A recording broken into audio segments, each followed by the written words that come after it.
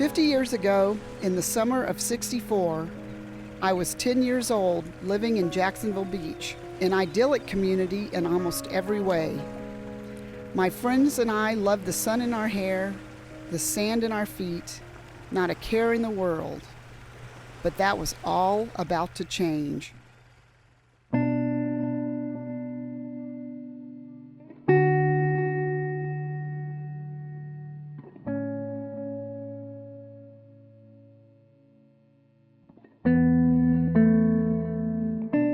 Do you see this picture?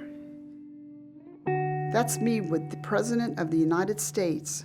Why was he here? One word: Dora. My name is Marianne Joka, and this is the story of Dora, the storm that brought the First Coast to its knees.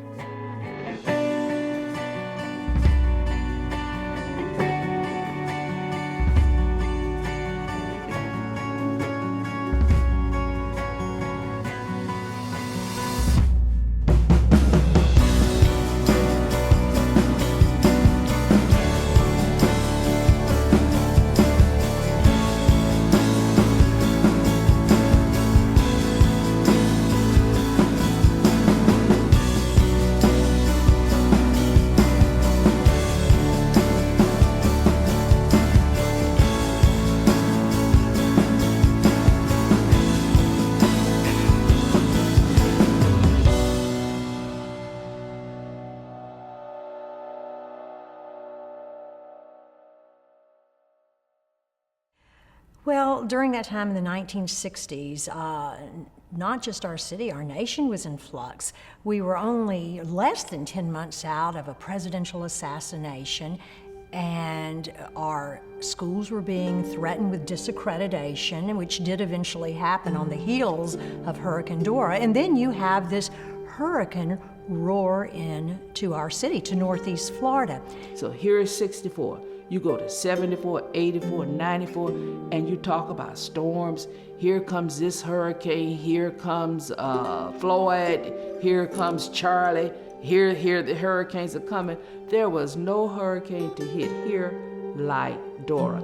And people talked about Dora just like she came last year.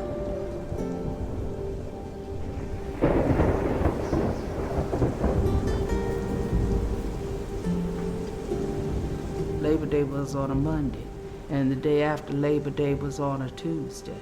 And on that Tuesday, the word came that something was coming, and that something that was coming out of Africa was a hurricane, and her name was Dora.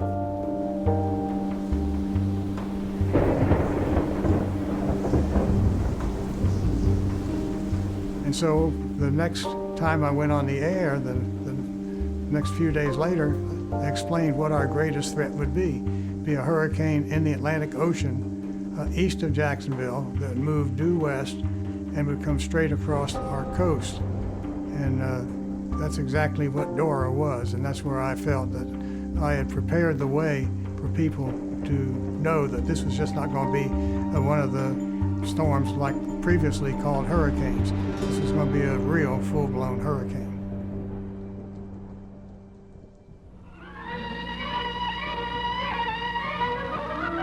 Every story must have a beginning, a reference point. The big storm story of the year was Dora, big, plodding Dora, a powerhouse hurricane.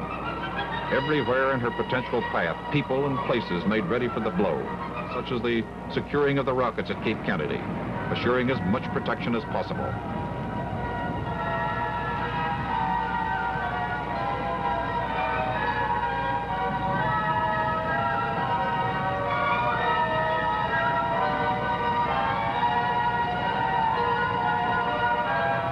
The Navy, too, took hurricane precautions. Some of its planes from the North Florida bases either were flown to safer havens or were stowed away in hangars for protection against the 100-plus mile-an-hour winds.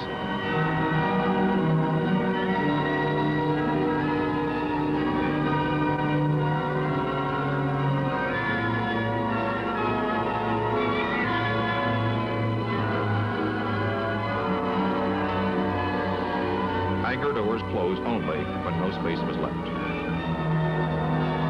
Hurricane Dora also caused a great stir and changes in plans for the carriers and destroyers of the Mayport Naval Station. Orders went out for many of them to put to sea to ride out the storm. Others were tied up more securely.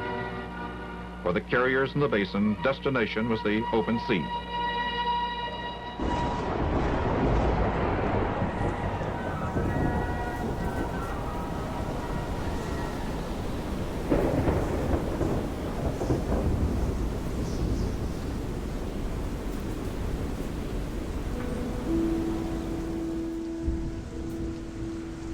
Well, in September of 1964, I was working in Winter Park, Florida, and Jenny was here in Mandarin. Jenny was trying to batten down for an oncoming storm.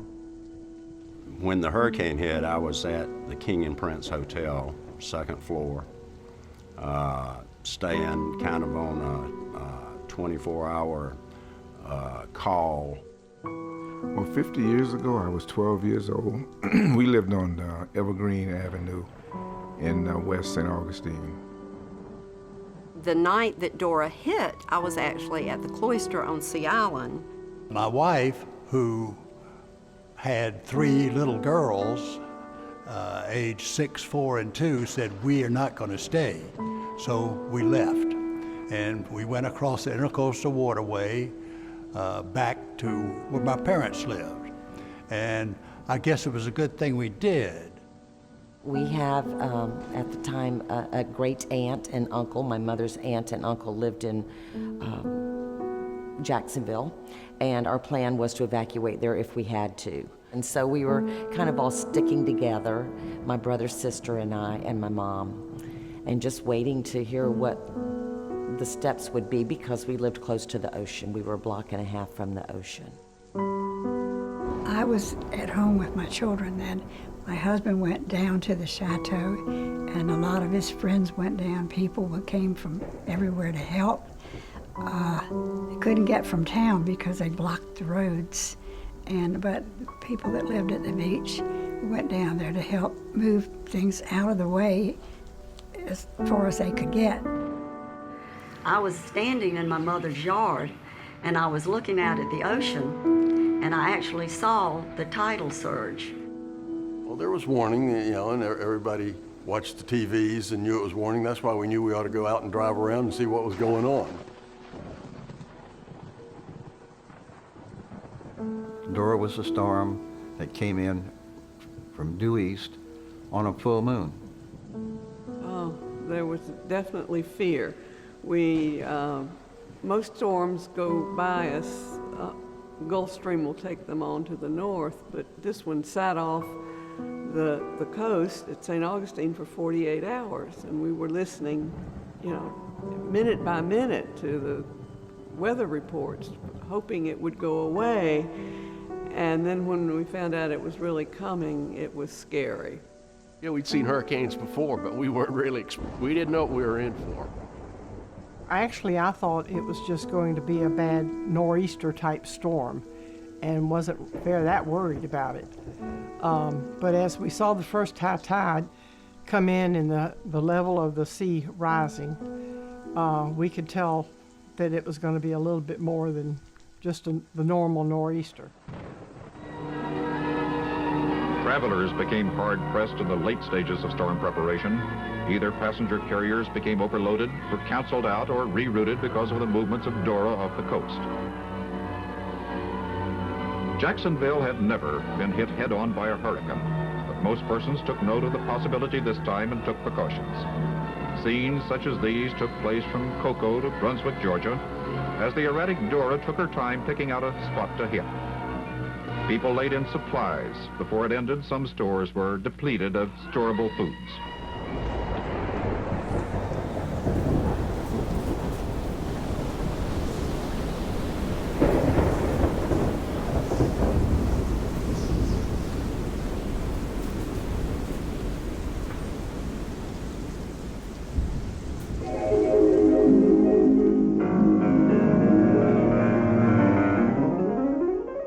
It was a beautiful restaurant, and we just loved being in the restaurant business. It was right on the ocean in Atlantic Beach, and it was just a place that people came on their first date, or maybe when they're going to get their engagement ring. She was there and came in and played, and I wore his fur coat. He was getting a little antsy. I put it right back, though. And Victor Borg, who was also was Danish, and my husband had seen him as a little boy playing in a Danish park. And so that was really a great night when he was there, and it was my birthday, and he played Happy Birthday in 12 different ways, I think, as a waltz, as a tango, as a jitterbug. He played Happy Birthday, and it was a wonderful night. It was always just so many stories, and I thought, gosh, this didn't really belong to us. It belonged to all these people. Thank you very much, everyone. Thank you. George Whittling at the time was going against most of the weather forecasters that no, the storm was not going north. It had possibly stalled or was moving west. Well, the conditions were, the barometric pressures indicated Daytona Beach pressure kept falling. At the time that the Weather Bureau said that the storm was making a turn and might go north of Jacksonville, I felt that St. Augustine was right dead on the target for Hurricane Dora. People certainly understood what a Cat 3 was. Everyone was fearful because the size of the storm was much discussed. The power of the storm was discussed. And you hear schools called off, you'll be at home. And now I watched my mother and my father pace. And they really defied the confidence a child often needs. And I know they didn't realize that. Well, I was raised in the high country of Georgia, so this was a new experience for me. I was listening very carefully to all the advice about how to prepare for the storm and doing all the things that I was told to do, like bring the furniture in and batten down the horses and try to cover the windows that were most vulnerable. And they were, of course, warning people not to be on the roads. But people were on the roads. For one thing, Mandarin, most everybody that lived in Mandarin worked in Jacksonville, so they were on the roads getting back home. Well, I was by myself until he came in, I guess about dark. He had stopped in St. Augustine long enough to take pictures of the water over the Bridge of Lions, was aware by the time he got home that the storm that was coming at us was a real storm. We did not tape any windows, to my recollection. I taped the windows before he got home. Well, I taped the large picture windows because it was in some sort of set of How to Live in Florida Through Hurricane directions that I had found. And I did make X's across the larger sheets of glass that were on our windows. But I understand that that really doesn't do a great deal. One of the focal points of coverage was the junior high school gymnasium. People had begun to flow into that designated shelter as early as Tuesday night, and as the storm grew, the crowds grew. All through the hurricane, people sought refuge at Fletcher. At one point, nearly 3,000 persons had taken refuge there, the largest single group at any shelter in metropolitan Duval County. The city had opened up the shelters, the schools, the Red Cross opening shelters all over, and so they had workers manning these shelters. The downtown hotels were packed with people. So people along the beachfront left.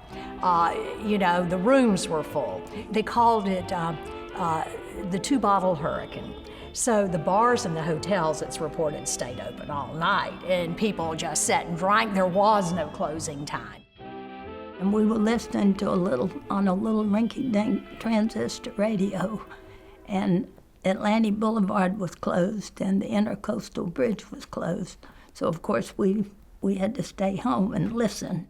The community came out in droves. I mean, lifeguards, Boy Scouts, everybody came out and started sandbagging. At one point my father called for help, And I went down with my grandfather, and he said, let's get the silverware off the table, back in the days when you used real silver.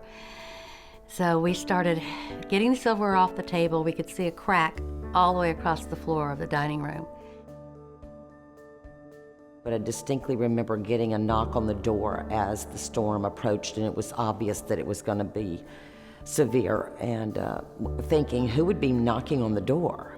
It was the National Guard, and it was a man with a gun telling us that we had to evacuate and we only had 15 minutes, that he would go down the street and tell the other families the same news, and he would come back. If we were not ready to leave, he would force us to leave. And we were listening, minute by minute to the weather reports, hoping it would go away. So when we found out it was really going to hit us head on, and I looked at him and said, well, Martin, do we have any rope around anywhere? And he looked back at me and said, what are you going to do, lash us together? I said, well, we might have to. At that point, he said, forget it, and he called the friends and said, we're coming over. When they say evacuate, people at American Beach know what to do. We don't sit around here and say, I'm going to stay here and I'm going to protect my property. We protect our property by getting ourselves away from here, because we know the power of the ocean. Everybody on American Beach got away as fast as they could.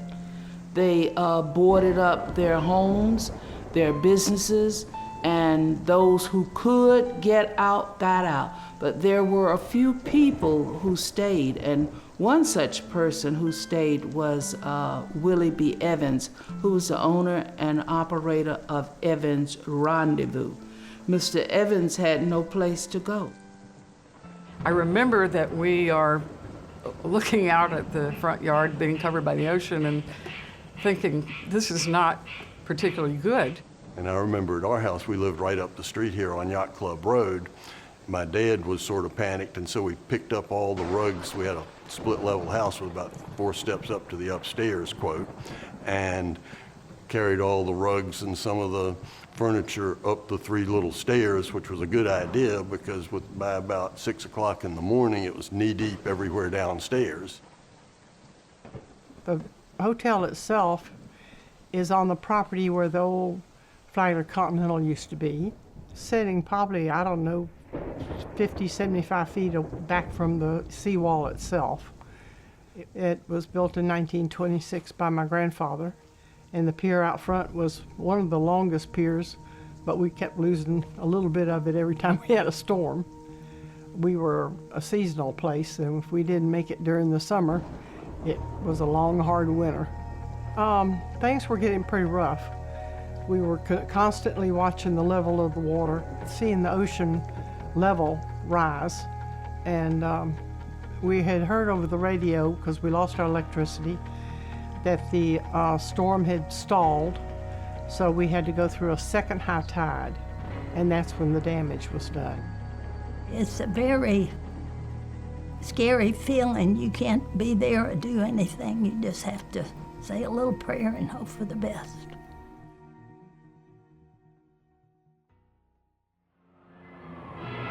For St. Augustine, for the nation's oldest city, the screeching winds of Dora had just begun. It was to be a long day and a longer night. The hurricane hit late night, September 9th. The winds were clocked about 140 miles an hour, much bigger. And of course, the size of this hurricane instilled fear in everyone. At one point, they said the size of Georgia. Another time, we heard the size of Texas. So here it was roaring toward the first coast. No other hurricane has done that in the Jacksonville area in over 100 years of weather records.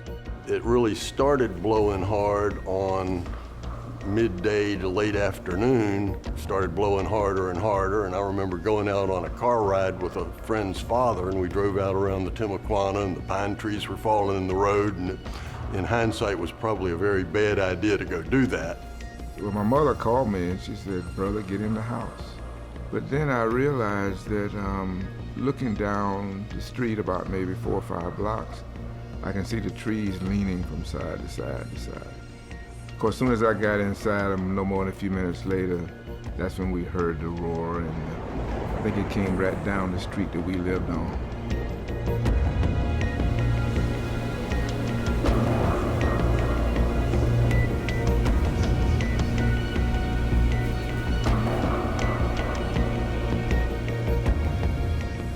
Of course, I was working in Jacksonville, and so I came back when my wife called me and said, "You come home." And so I went home, and I didn't look left and right. If you're on the coast, take the brunt of the storm. It's terrible. The docks were pretty much torn up by the afternoon. We had water all the way up here to the house, and of course, during the day, the wind got higher here. Probably in excess of 100 miles an hour. And when that ocean and that river comes together and meets, we don't want to be up here in it watching it. The pier was getting hammered by big waves, and then there were waves beating against the Atlantic Beach Hotel. But as we saw the first high tide come in and the level of the sea rising, you could start to see some of the damage the water was doing to the front of the property. We went riding around before the storm, well, while the storm was coming in, and went under, just as we went under a power line, it came loose and came down and hit the van and lit up the whole thing. We really didn't consider even leaving until the ocean came right up to the front door, and then my father backed our station wagon up to the back door of the house, and we all climbed in the back with the cats and the dog. The wind direction was blowing onshore, northeast winds, and it was causing the water to pile up in the St. Johns River, because the biggest danger was along the river and along the ocean. If you're near those places, you had to have someone in a boat come and evacuate you from your house. The water was just the same color as the sky. It was just dark, dark, dark gray. By Wednesday afternoon, police and patrol were telling people not to drive unless they had to. Hurricane-strength gusts were blowing cars about. Water vied with autos for the right-of-way on oceanfront roads. And the street lights and the stop lights were just swinging everywhere. Cables were breaking and popping, and limbs were falling all around us, and it was very frightening. I remember seeing power lines that were down arcing and sparking, and we could see from the end of, from 10th Street, we could look down 10th Street and see walls of gray water actually coming over full-grown palm trees down there and pushing the palm fronds down against the side of the tree, you know, like when you step out of the shower, your hair. We could see sections of that pier twist, and with each successive wave, it was like hammer blows to it. The pilings would begin to wobble like teeth in a comb, and then sections of that pier would begin to collapse, taking big pieces of that into the surf. I remember seeing a full-grown palm tree floating north that still had green palm fronds on it, which indicated that there was some serious erosion south of us. I remember walking out in the front yard and seeing the ocean toss up boulders, 20 and 30-pound boulders, into the air. At that point, if nothing else, I just could not fathom the strength of that storm. I just remember vividly walking out on the second floor and looking down and seeing all this swirling water in the lobby and going, oh my gosh, all this beautiful stuff. Nobody went out during Dora. It was just too bad. It was serious.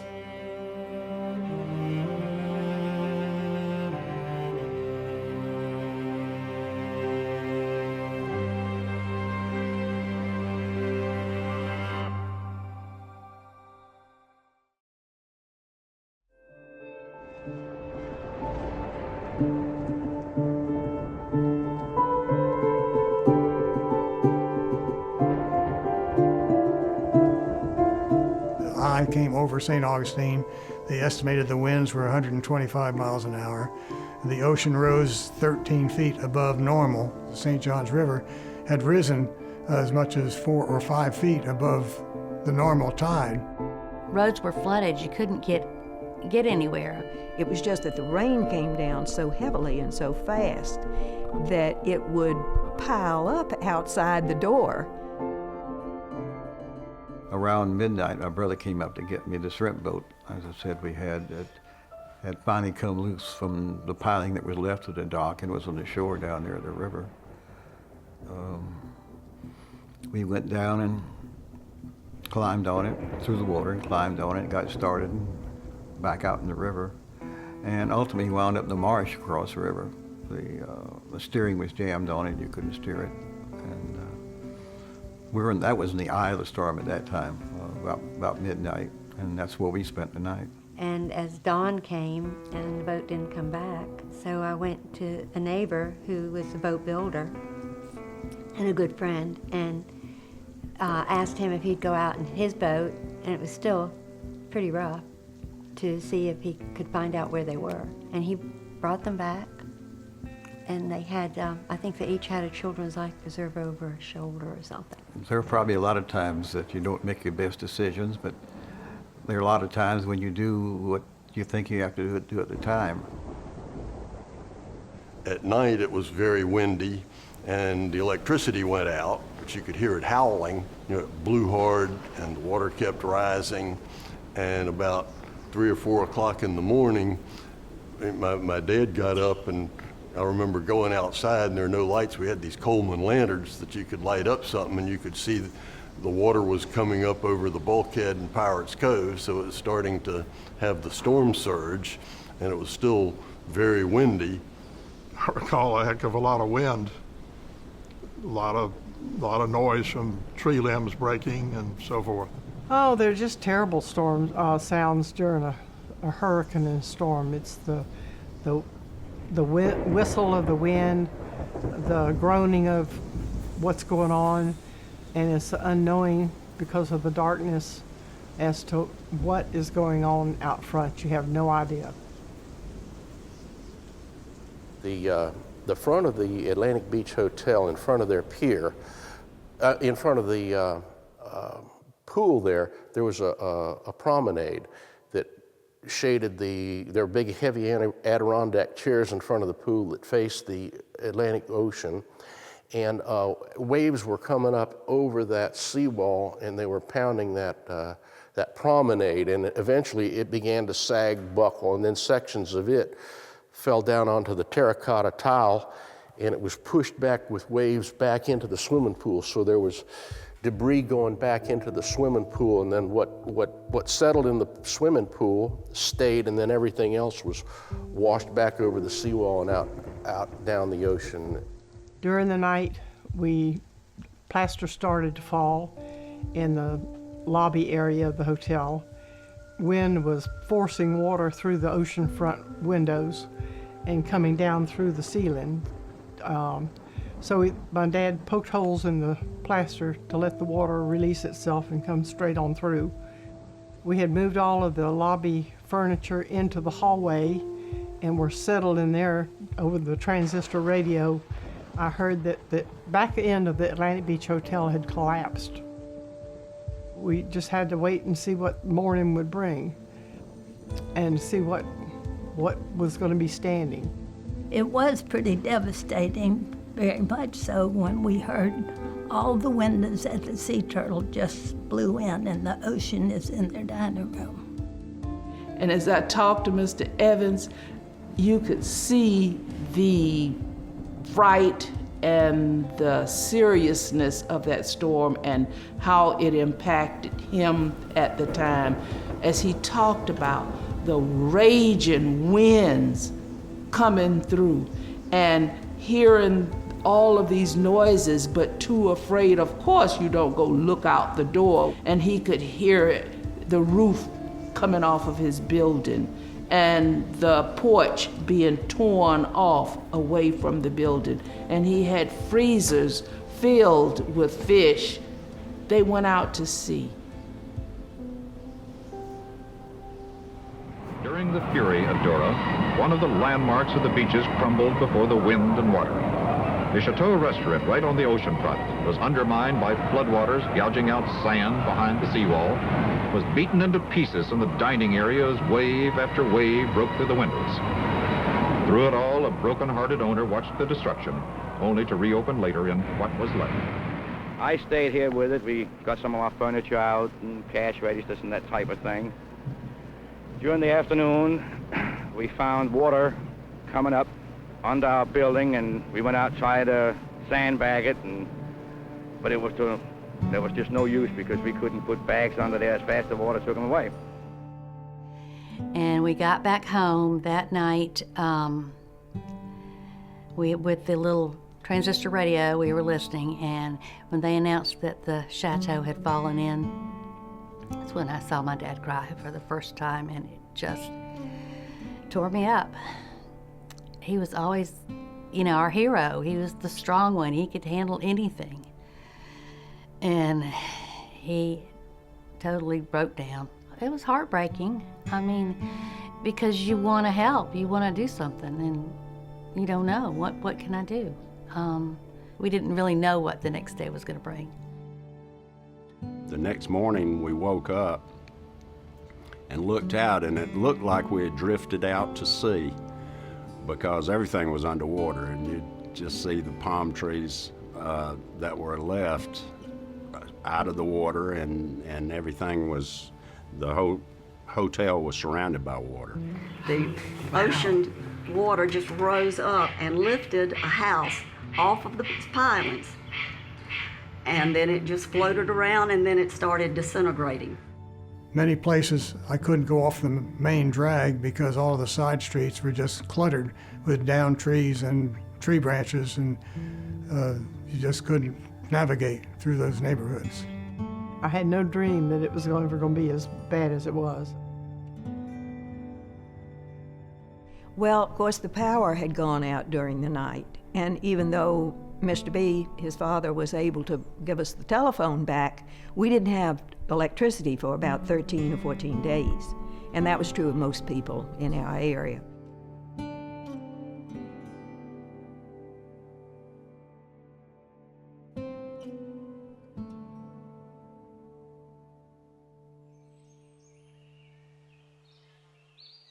I was in my upstairs bedroom in my house, which was a couple of doors over, and I just happened to be looking out of my window, and I saw the tree fall on the church.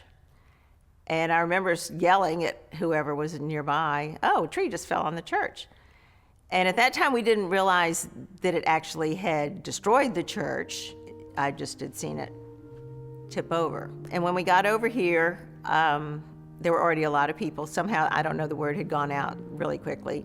When I left the house and got out onto Mandarin Road, I realized I wasn't going to get to the church without the aid of an axe and a chainsaw, so I went back and got both and started the trek to the church and kind of hacked and cut my way here. This tree that fell was a large hickory tree, and that tall, straight hickory had come through the end of the church that faced the river, which held the beautiful Harriet Beecher Stowe huge stained glass window done by Tiffany's. And it had smashed right through the Stowe window, and the tree had laid itself down the center aisle of the church. The window that was smashed was so beautiful, unlike any other window, because it was of the river and the moss and famous. I mean, it was done by the Tiffany Company, so it was a very famous window. But as I entered the building and approached the chancel of the church, it was very obvious that the altar hangings were exactly as they had been. The Bible was exactly as it had been, the cross and so forth. It was almost as though the wind had never blown. And that made a real impression on me. That was quite amazing, that there could be that much damage done to the wonderful old 1800s carpentry Gothic church. And to have the altar and the stained glass and the candlesticks and all those accoutrements had made it through the storm just fine. The boardwalk was the major amusement area downtown Jacksonville Beach. It is still there. Of course, it's not made of boards anymore. But they had an amusement area that had a merry-go-round, a tilt-a-whirl, bumping cars, and the Ferris wheel. And the Ferris wheel was broken in half, and most of the other things were busted up pretty bad. And at that time, I had a little tree house in the backyard behind the garage, and a platform with some sides to it. It wasn't really a sophisticated house, but it was enough to be able to stand on. A couple of the other kids come up and climb up in the tree. But when the hurricane hit, it just kind of tore it all out. It split the tree in half, and of course, when it split the tree, one limb went one way, one went the other way. Of course, the tree house in the middle just collapsed. I was disappointed as a little boy, but I realized later that getting out of it without physical harm was the most important. I had a friend who was a lifeguard at the time, and he got a boat, and we left my mother and brother and sister at the corner of 16th Avenue South and rode in the boat down 3rd Street to 33rd Avenue South and then over to our house, where we found that half our roof was gone. 1 or 2 houses at the very end of our street they toppled completely into the ocean, and they lost everything. It was a horrible experience, actually. Oceanfront houses had gone in the water. We had seen devastation to the Atlantic Beach Hotel, the pier. We stood on the beach and actually saw some of that. Well, I walked out front, and it was a weird feeling because I couldn't remember what it looked like. It was just like, what used to be there? Everything had washed away. We found out that the bulkhead to our north had broken, and to the south had broken. And the north had swooped in and undermined the foundation of our beautiful pavilion that was in front of the pool, and that was completely down. All of the front was gone. It was just had been gutted out by the water. It was just a big hole. Oh, it was very stressful, knowing that we didn't need that extra expense of rebuilding or salvaging what you could. The hotel had been up for sale before the hurricane, so that didn't help the price. I was crying, of course, you know how women are. And my husband says, well, honey, don't worry, it's gonna be all right. It's just, first you can't believe it, and then you think, well, it will get better quickly, but it doesn't get better quickly. It was just unbelievable to us that could have happened as fast as it really did. Anyway, my husband came home and he was just in shock because he just loved that restaurant. Every time he would leave the house, his car would just go right back to the chateau. And even sometimes when he was supposed to be going somewhere else, it just went back there. I guess he couldn't believe it, but it was really horrible for him. And the next morning, you could see houses that had come off of their foundation, and they just hanging out there, the water all around the houses. And not only that, you looked in the street, and what you saw was not pavement, and what you saw was not grass. What you saw was beach water. That was Dora.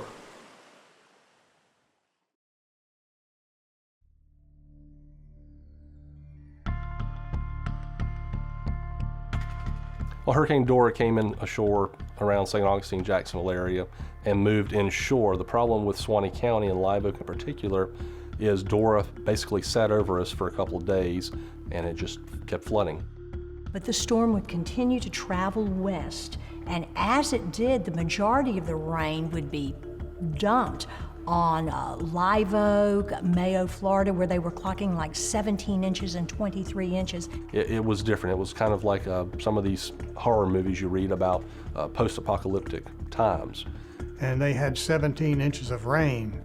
So with 17 inches of rain, the water couldn't drain away from the downtown area. It could only go up. And so it rose up halfway up the storefronts. Hurricane Dora, at least until that point of our history, was the worst national disaster that we had suffered. It was massive. It's hard for people today to understand it. The closest that probably we could understand it is Tropical Storm Debbie that came through in 2012. That did similar damage to Suwannee County and to Live Oak. These people were without power in some places for days, weeks on end. The school system was shut down for at least a week. They had to relocate schools. The downtown business district, which was the heart of Live Oak, lost millions of dollars worth of merchandise. The water just kept pouring and it had nowhere else to go. The kids remember they got to get out of school for a week. The adults that were alive then remember it was an issue just to struggle to keep their food from spoiling. It was traumatic. When the whole scope of everything became apparent, I realized what a real devastating thing it had been. I was sure I was going to have a bleeding ulcer and my father was going to have a heart attack, but we made it through the night. Friends that lived in the neighborhood that must have found a rowboat floating in the neighborhood, and they came floating up to the front door, and we got word somehow that Mr. Reinhold, who lived right down here next door to the yacht club on the other side of the yacht club, who was an old guy and he was not doing well and in a wheelchair, and there was an ambulance trying to pick him up, but it was waist deep in Yacht Club Road and they couldn't do it. And so we brought my boat down here to the yacht club and picked up Mr. Reinhold in the boat and took him up the middle of Yacht Club Road by boat to Morven Road, where he got into an ambulance and went to the hospital and did just fine. We were fortunate that Louis Wadsworth, Major General Louis Wadsworth, was in charge of the local National Guard, but he was very high up in the Florida National Guard. The Armory actually is named after him. He was very good at bringing in outside help from the National Guard. Army troops, whoever it was needed. Governor Ferris Bryant came in and physically viewed downtown Live Oak and declared it a disaster area. So we were able to get in state and federal funding to help us, and also those Army troops and those National Guard troops were able to help watch and keep the peace, restore order, and help wherever it was needed. So he came back later that day and he gave us a blow-by-blow about what he found, and he said, well, honey, don't worry, no one was hurt or killed, and the main thing is we can build it back. And we were like Nina's family. We got small business loans and built it back. And then there's always a little humor in it, because he said, well, the funny thing, one of our cooks went in the kitchen. He said, Mr. Deeb, the fish are floating in the kitchen. So they had the fish from the ocean. They said, you can just fish in the kitchen. So you have to get a little humor out of it, and we did. And my dad was happy. He had his own business, and he had come from Denmark, and he had fulfilled the American dream. He had his own business. He was very successful. Then this hit, and he was very crushed. But then he just, got up and started building it back. He immediately got into repair mode, and he called carpenter friends in so that he could get back in business. All of the Mandarin residents that were able worked together, and we did get out our chainsaws and our axes, and we did an awful lot to clear the road in the first couple of days without the help of the city. So that wonderful big well down in the what had been the grove in the pasture behind our house, we put a very, very long hose that was everybody's hose in the neighborhood on that. And because we had the artesian water, we were able to run that hose hundreds and hundreds of feet to other people's property, and they could have it for an hour and a half or whatever and water their chickens or supply their house or move it to the next house. That was a real blessing to a lot of people at the time. That was the most heartwarming activity. The neighbors came, the police department, everyone just bonded together beautifully, and the community support was wonderful.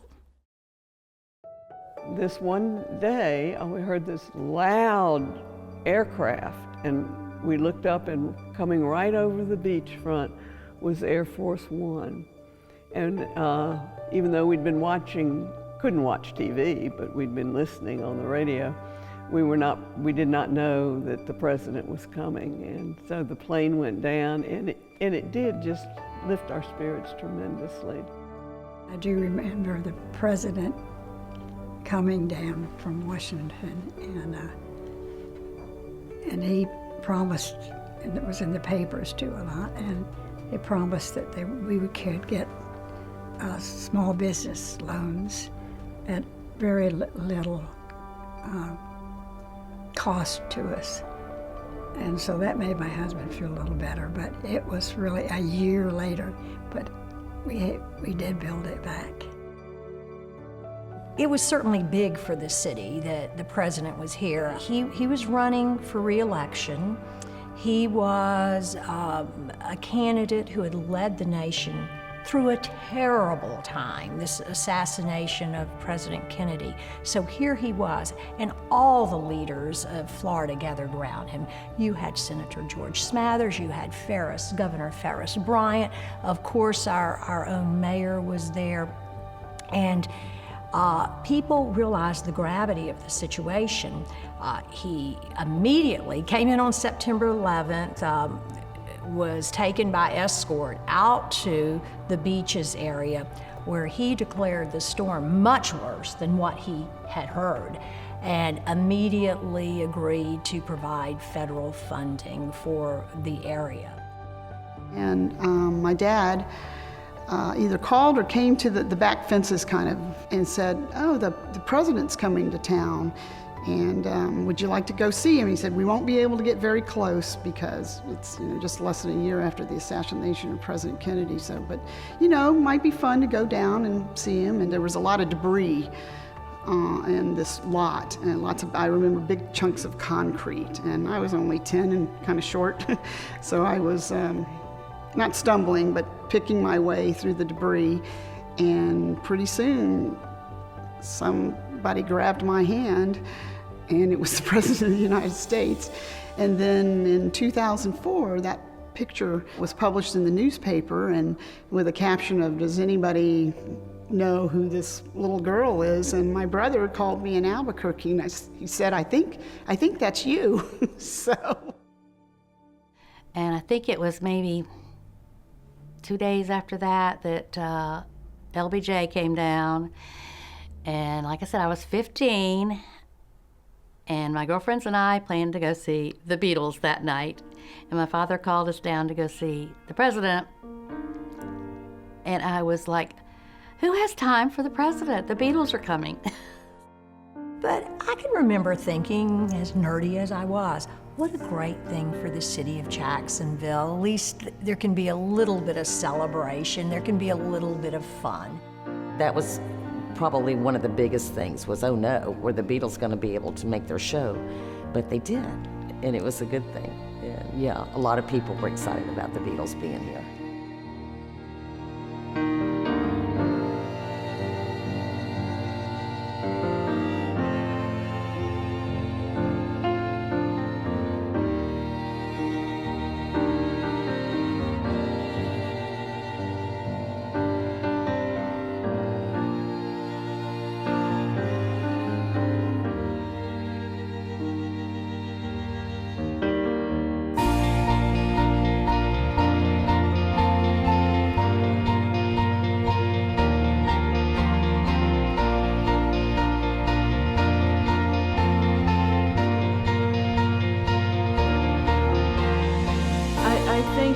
With Dora, and that's 50 years ago, I believe that the feeling was this was an act where something happens to your house, something happens to your neighbor's house, you just pull together your resources and you do what you can.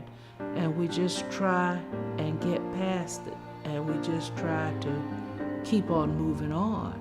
But that's just living. They say that a storm like Dora is a once-in-a-lifetime event for a community. That's more than enough for those of us who remember.